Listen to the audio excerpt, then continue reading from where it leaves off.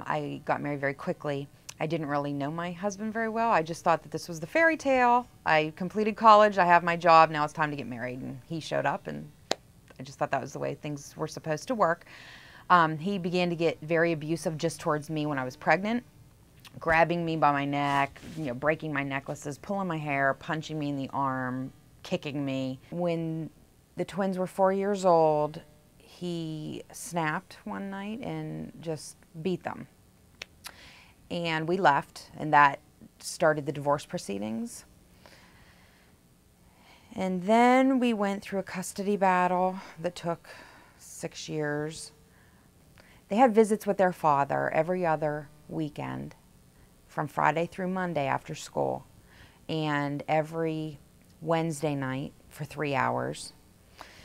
And the visits were always just a nightmare, typical nightmare. I went to the advocate at the crisis shelter and I said, is spitting in the kid's face abuse? Is leaving bruises that are black over and over on my daughter's arm, is that abuse?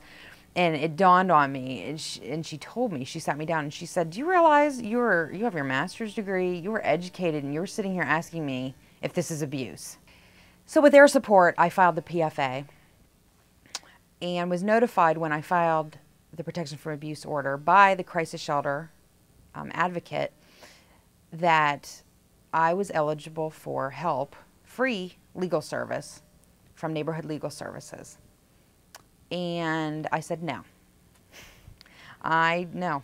I do not want a free attorney that is free. I always had this connotation that if they're free, they're not any good.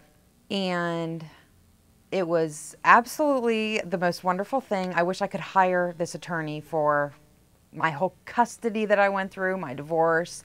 He was fantastic, fantastic. My attorney was coordinating with not only the crisis shelter of Lawrence County, but with Children and Youth Services for their investigation. He also coordinated with the state police, and he had a complete team in effect. My ex-husband hired a big-time attorney from Pittsburgh, brought him up here, and my free attorney went up against him, and was absolutely incredible. He's the first attorney I've ever had that everything I suggested, he somehow incorporated. He didn't think anything was ridiculous, and he has vowed that no matter what, he is going to ensure that the kids are safe. His visitation has gone from every other weekend to 3 hours supervised every Sunday. My attorney pushed the fact that because of the trauma that the children have been going through, there should be no phone contact during the protection from abuse order.